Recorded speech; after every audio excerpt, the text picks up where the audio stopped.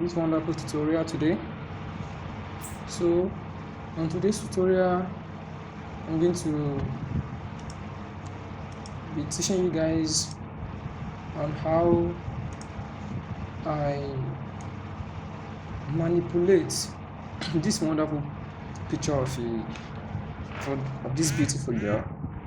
Now I want to show you guys the pictures. So you see, this is the picture.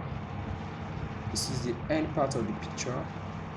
As you can see, they manipulate the background, they color graded the pictures, and we color balance it. So before we start the tutorial fully, I would like you guys to see the before of the picture. This is the before and this is the after. Please, I want you guys to pay close attention so you won't miss any part of the tutorial. So before we start, let's get rid of the one I did before. Let's start afresh. This is calm.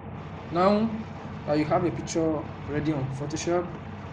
However, I would like to have something that this picture is after color balancing and adjustment, basic adjustment from caption 1. I use caption 1 to color balance my image. So as you can see, I will have to crop it to 4:5, that is 8:10 centimeter for Instagram post, so that Instagram will not crop out my picture unnecessarily. So my Instagram page size, this is it here. So the fastest way to remove the extra parts, unnecessary color, is for you to use these two right here, patch 2 to remove it. It is very easy to remove. Just take it from this side and do the same thing here, and make sure you pay close attention while doing this. That is gone. That's good. Amazing. Now let's jump right into the cleaning of the image. Actually, the girl face her face is pretty clean, so we just have to do some minor cleaning there. You can see there, I'm using this tool right now, the spot healing brush tool. So I don't have to do much. I'm not doing much. I think that is okay by me. I don't want to go far. I don't like going too far because I always love my image to look as natural as possible. Let's do it. Okay, let's go. Scan. We are going to do some color balancing here during the tutorial. Now, for some of you guys that doesn't have Retouching Academy, we'll be using the Retouching Academy for this tutorial. I will drop the link to download the Retouching Academy in the comment section, in the description section, so you guys can go and download it. So the fastest means of doing frequency separation is for you to have Beauty Retouch Academy. It's the fastest and easiest means. So for me though, I don't know about you guys. So now this is the frequency separation step. As you can see, I'm going to be using 4 for this image, because at 4 some of the highlight there, some of the blemishes there are already fading away, so it will be easy for me to work on. Now, one thing I discovered recently on Photoshop is that I have been brushing wrongly all this while. Before now, I have been brushing on low frequency, but recently I discovered brushing on correct tone is the best way to go. So I'm going to be using my Mesa brush tool to do it. My wet is at 38, my load 37, miss 43. I'm just showing you guys, this is my normal brushing setting. Yours doesn't necessarily have to be like that, because this is what I'm good with. So if you want to, you can adapt my own settings. While the flow 54, and this I leave it at 5. Like I said, this is my setting. Now let's go into brushing. And while brushing on correcting tone layer, make sure you toggle on the sample all layers button here. Make sure it's on. Then you close this your high frequency texture. Make sure it's closed. If it is not closed, this is what happens to your image when you brush. You brush texture into the image. Texture, excessive texture. Now let's put it off. Now let's start brushing. For those of you guys that would like to learn more on Mesa brush tool, I will be dropping another video soon, so that you guys can have the full understanding of how you do brushing, perfect brushing method with your Mesa brush tool. But the simplest, the easiest way to get the maximum results while brushing is to avoid brushing from shadow to highlight and brushing from highlight to shadow. Brush them separately and try to mix them out well. As you can see, this is the before and this is after. Let's continue brushing. It's coming out very nice. One thing about my retouching skills is that I love brushing. I enjoy brushing, because how joyous is it for you to be doing something and be seeing the result instantly. This is very, very amazing for me. It is an amazing feelings. So I don't feel hasty while doing my brushing. I do it patiently for a maximum result. So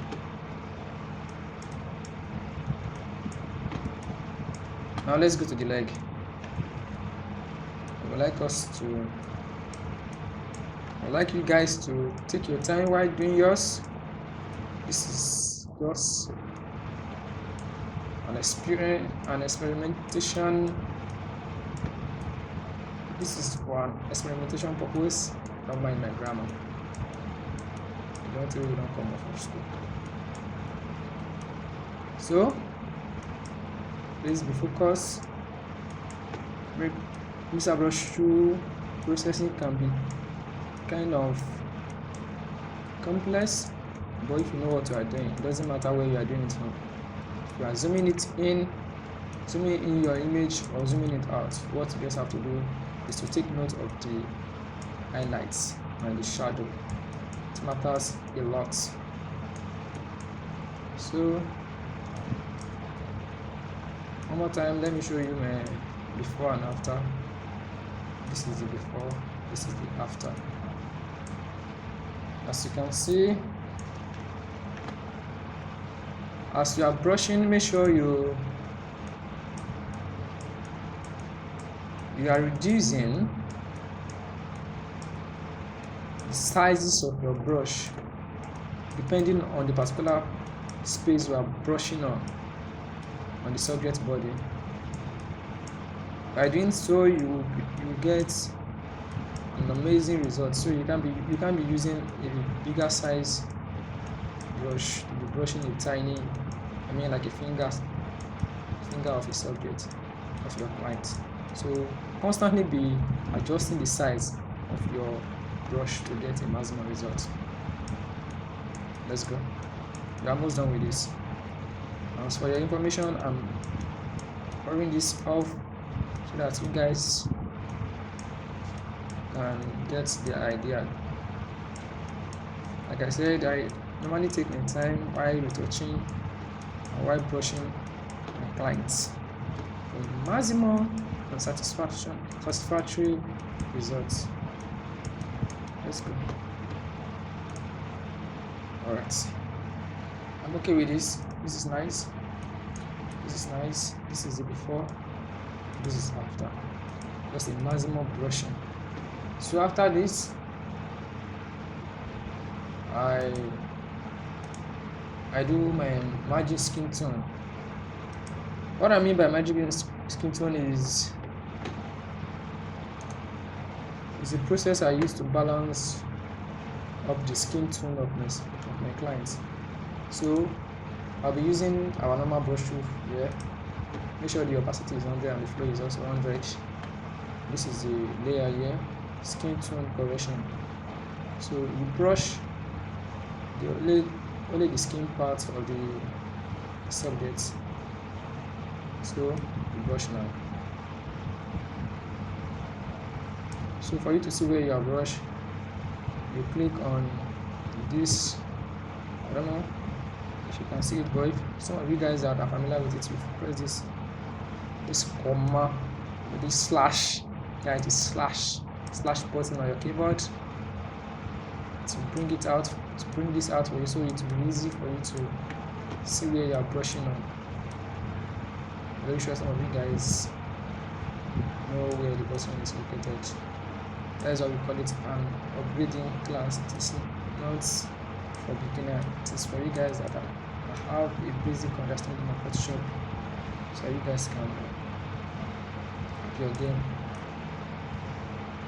So brushing the skin, taking your time, because you don't want to make a mistake here. I tell you, this color you are painting on this subject, it doesn't have to. It mustn't show on the background. Take your time. Doing this as fast as this because it's for this purpose. Then, and to remove any part of the area you painted that you don't want, you can just press your S button or click on this button here. So you can paint back to the eyes, or if there's any part you've exceeded the skin side here, you can brush it out as well. I'm very sure you guys are following me up. Thank you for doing that. Now after this, you click the button again to remove that. However, if you are toggling out of the correction tones layer, you see a little bit of differences. So this is how you can go about it again. You can open the skin correcting tone layer to change to a preferred color. I don't have a particular color. I choose depending on the skin tone of my client. So by doing this, you give each client a perfect skin tone. So that is why I don't give a fair skin tone to a darker skin tone person. So after that, I go to my curve layer. I do this normally to increase the brightness of my subject. It's only going to affect the painted area because I am doing it under the skin tone correction layer. So I open this layer to create my curve adjustment, so it is only going to be effective on the painted area only. So after that, as you can see, let's toggle this particular layer to see all we've done on this image. As you can see, it's getting better and it's beautiful. So one thing again I would like you guys to know is how to particularly balance a certain skin parts of the skin of a subject. I mean the skin tone that is not matching up. So you can come to the patching tool. You can do it this way. There are so many ways to do it, but this one is the way I love to do it. So as you can see, this side of the image is kind of dark. So I tends to feather it. Press 22 will be okay. Then you go to color balancing. Without even asking you, you should know that color that is missing here is a little bit of yellow in the mid-tone. So add a little bit of green. It's not going well. Now to magenta -3 will be good. Then come to this side.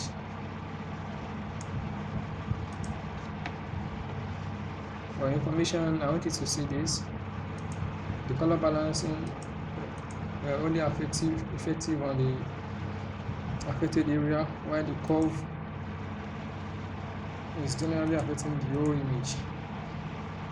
I mean the whole painted image. So if I want the curve layer now to be effective on the affected area which I'm trying to work on, I just have to drag this layer mask to the curve layer mask here. To do that, you press hold on your hot button and you drag it up, so it's automatically going to be effective on this side alone. I hope you guys are getting it. So I group these two layer together so that you can see the effect on the area we are working on. You can see, I don't know if you guys can see this, but it's really nice. So let's continue. Now if you want to check if your image is bright enough, there's what we call histogram. That is when I check if I need to reduce or increase my brightness. But now I think I can still do some adjustments with my histogram. This is my histogram here. So what I'm seeing now is that the picture is kind of too highlighted in the shadow. This is the shadow, this is the mid-tone, and this is the highlight of the picture, or this picture you are seeing here. So let's do something now. Let's go to the level adjustment here. So you can, if you have to notice this, you see that this same graph here is the same thing here. So you can reduce this thing, highlight, I made the shadow a little bit, and increase the highlight a little bit. So by doing that, it will give me some kind of contrast to the image. So I love that, but I would like to adjust it a little bit here. Nice, good. So after doing that, we can toggle on now and make sure what we've done. How amazing is this? Just check on this side of the image. See how we really work on that. So let's go on. I hope you guys are enjoying this tutorial. This next step is really going to upgrade your studio. It's really going to help you to upgrade your studio skills, because you don't have to. This is the area you are going to really enjoy this part of the video, because it's really going to be really helpful for you, because most people are already aware of what I did on the first side of the tutorial. But this side of the tutorial is what you guys have been asking me a lot about, which I'm going to review to you guys today, and I just wish you guys understand by listening attentively. So first of all, I'll go to my selection tool. I'll pick my selection tool. I'll click on select subject. So Photoshop is going to automatically by itself select the subject after the background layer. So let's just wait. It's still selecting. So now it's done selecting. So after selecting, you can notice that even computer is not perfect. So we have to by ourselves do some adjustment on this side. I want to click on my Alt button to add. If I'm right about that. Yes, Alt button to add. So sorry again. I thought I'm working on my own, so I'm kind of too fast. I'm not carrying you guys along, so sorry about that. So you can pick this tool or this tool. This is the normal tool that is the polygonal lasso tool is the normal tool that you should use. But if you are very constant or conversant with your Photoshop, your brushing, your mouse, if you trust your mouse enough, you can use this tool. It's the fastest tool. That is what I just use here. But if you want to take your time to select the image out, you can use this polygonal lasso tool. So now that you want to click beside it, press the shift button to add to the subject. You can see. So now you press the shift button. I just want to remove. Sorry about that. I'm supposed to use my shift. Now I'm pressing my Alt. So this side is the simplest means. The simplest way to do it is to come to this and choose this magic tool and click on it. It's going to do some excessive work, but to minimize that, you can reduce your tolerance. Let's say 10. And click it again. It's still the same thing, but to do it, just pick your pass through here and click on shift to remove it. Like I said, you can use your polygonal lasso tool to do that if you are not familiar with it. This pass through, that is the fastest way for me to go about it. So you can just click on this side. You have to be perfect. But it's goes a long way to make sure the image is perfect. So now that the image is well selected, this is my own way of doing it, and it has really been extremely helpful for me. Very simple. Click on Ctrl J to remove the subject from the background layer. You can see now, here, this is the subject, while this is the background layer. So the next thing you do is that you go ahead and pick your desired background that you want to use for this image. So I have one here, the one I use for the first image. So this is the array right here. I'll pick it. I'll put it here. Now it will load. As you can see, it automatically goes to the background because I was on this background layer while I want to pick the background. So I think it's okay here. Click on OK. Now, but one thing that you notice is that this thing is not realistic enough. What you will do is to change the blending mode. To change blending mode, you come to this side, click on soft light, or you click on hard light. Click on OK. Then you press Ctrl U to reduce the brightness of the background, matching it with the subject. Wow, this is nice. This is amazing. This is an amazing job. So one thing I like to do is, for me to have easy access or control over my background layer, I will rasterize the background layer. Rasterize means moving it from a smart object, converting it from a smart object to a normal JPEG file. So now what I would like to do here is that I notice my background is kind of rough here, and I don't want that to be there. Then I can just go to my background layer and click my pass through. Then I will circle around my image. Circle around my image. Try to avoid the shadow, don't include the shadow. Then after circling around, you feather it. Normally I use 89999. I need a bigger feathering number. So then I will select inverse. Select inverse. So I will go to my filter, blur, gaussian blur, and increase it. Notice that when I increase it, automatically the background there are gone. They are gone. The dirty on the background, they are gone. So this is it. This is it. This is alright here. So thank you guys for staying with me.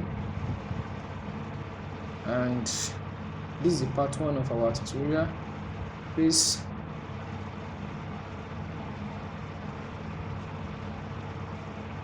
be following us along as we'll be dropping another videos very soon for you guys to learn. So this is how we turn this image from here to this. This is an amazing work. This is an amazing work. I'm very sure your customers are going to be happy for you to deliver such work to them. So you can play with your selective color tool to adjust, make some adjustments. Play with your color. Don't go too far. So I'm very sure you know what you should be doing. Thank you very much, and I appreciate you guys for stopping along. I really hope we see some other time on an amazing video again. Thank you.